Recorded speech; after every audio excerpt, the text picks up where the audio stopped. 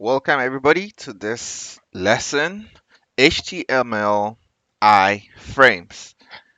iframes an iframe is used to display a web page within a web page. So you have a section of your web page that is showing content from another web page. So an iframe here is an HTML document embedded inside another HTML document on a website. The HTML iframe element is often used to insert content from another source, such as it could be advertisements or anything, right, into the web page. So we're going to take a look at that and how we can code that. So what do? We have HTML iframe, and the syntax for the iframe is we have the iframe.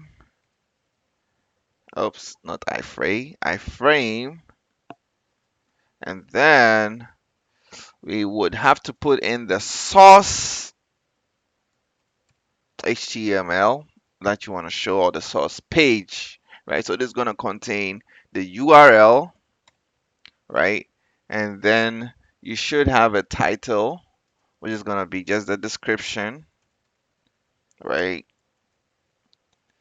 So I'm going to have description. So this is going to be the format for your iframe. Again, the title is often used by screen readers to read out what the content of the iframe is. So it's very helpful for you to always include that. Again, you can set height and width, right? You want to be able to, it's going to be a section, right? A container. So you want to be able to set your height and width of the frame that is going to be showing your content, right? So we are going to take an example and then we are going to have that set in there. I'm going to comment this out and let's take an example. I have a help.html file here, which is basically what we did in the previous section. Uh, a bunch of divs, right, with content in there. So we will look at that later. And then we have our index.html, which is what we are working on. So let's create our iframe again, and then we're gonna have our source, and this time we're gonna use the HTML, the help.html, right? That we have HTML, which is our foreign content or an external page, right?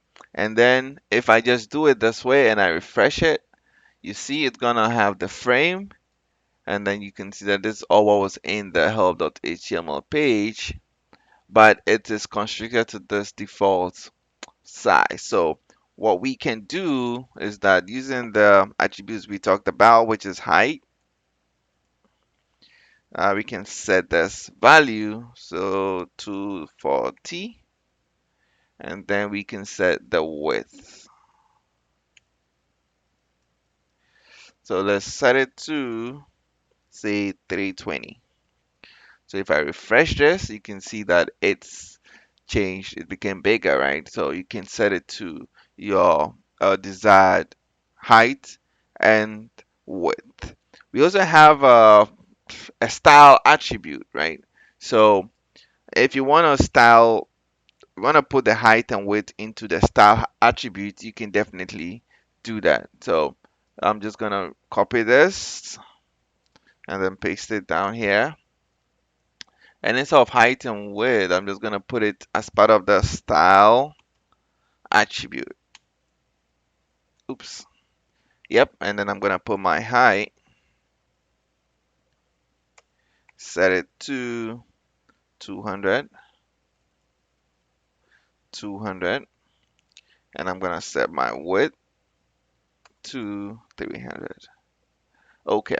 So if I refresh this, you can see it's so you can actually scroll down and see that, right?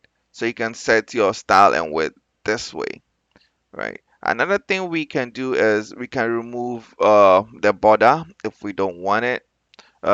by default, you can see that there's a border round around your frame.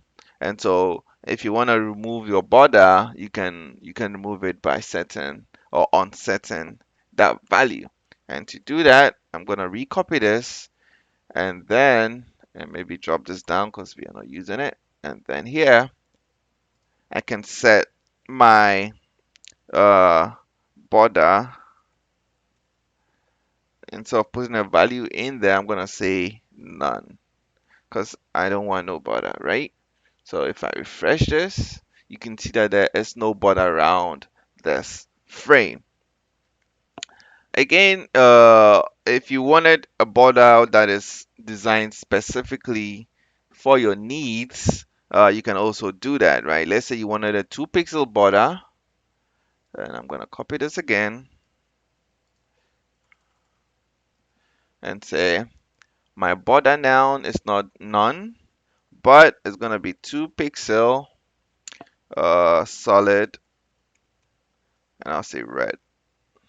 And then if I refresh this, you have your border, but it's now a 2 pixel border and it's red, right? So that is one of the things that you can do, right? You can also use iframe as a target frame for a link, right? So in this case, you have to use what we call uh, the target attribute. So, and I'm gonna just give an example here. So in order to show you what I was talking about, I am gonna create a help2.html, which is basically a carbon copy of help1.html. I just copied and pasted, and then I made the background color black, and then the border yellow with everything else stays the same, right? So I have two helps, and then I have my index file. So to be able to target a link for your iframe, we are going to use the target attributes. I'm going to first set up my first iframe. Maybe I can just copy this because it saves me time. Copy this, paste this, right? And then I'm going to put in here a name attribute because I'm going to have to target it. So I'm going to have a name attribute which I'm going to call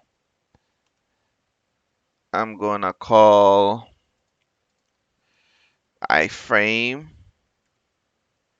underscore a, right? So I have my name attribute. Do I have my title in there? Okay. So I don't have a title, but I'm just gonna ignore that for now. And then I'm gonna create a p tag, and in this paragraph, I'm gonna have my anchor tag, which is gonna have the link. So then I'm gonna have my href, which is the link, href, and I'm gonna put in there help2.html, and I'm going to say target the iframe. So I'm going to be targeting iframe underscore a, right? And let's say this is help, something like that, right? So then if I refresh this, you have your default frame, and I don't have the link, so that is what I need to fix. So give me a sec. Okay, so what we have here is I have the P. Okay, I need to put in here the help, maybe help.com. Okay, and then if I refresh this again, I have my link and have my original content from help.html showing. If I click this link, I want to be able to open help2.html in my iframe, which is target A. This is the name. So I'm targeting this iframe and I want to open it. As if I click help.com, I have the content now loaded in here. So you can see it now has the black background. So that is what the target for a link using iframe is. So thank you guys. We talked about uh, inline frame. We talked about how to use the src source attribute, the title, the height and width, and the border we call none to set your iframe, which loads a lot of content from external pages, which we're going to use a lot, or you guys might want to use in your designs. So thank you and see you in the next lesson.